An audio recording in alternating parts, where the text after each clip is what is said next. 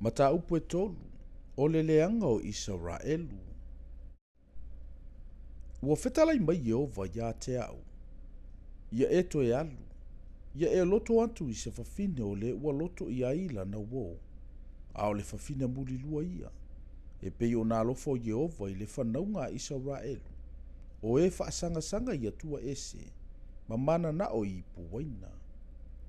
Ona o whaatawina i lea o ia mautupe se fulu ma le lima. Ma le o mera o karite. Ma le teka o karite. Na ufai atu fo i ante ia. E te nofo whaatali mai i ante au ia so e tele. Awa e te whaitaanga. Awa e te nofo i se tane. O te nofo whaatali fo i ante oe.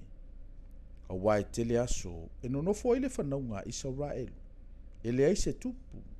Ele ai se alii. Ele ai se taulanga. Ele ai se whatawhai taulanga. Ele ai fo i se e fota. Po o se tupua. E muli ane. E toi fo i maile whanau ngā Israelu. Lātou te sā ili a Yehova lo lātou watua. Ma tā vita lo lātou tupu. Lātou te matatau fo i a Yehova ma lona angalelei. I ona poe ngatai.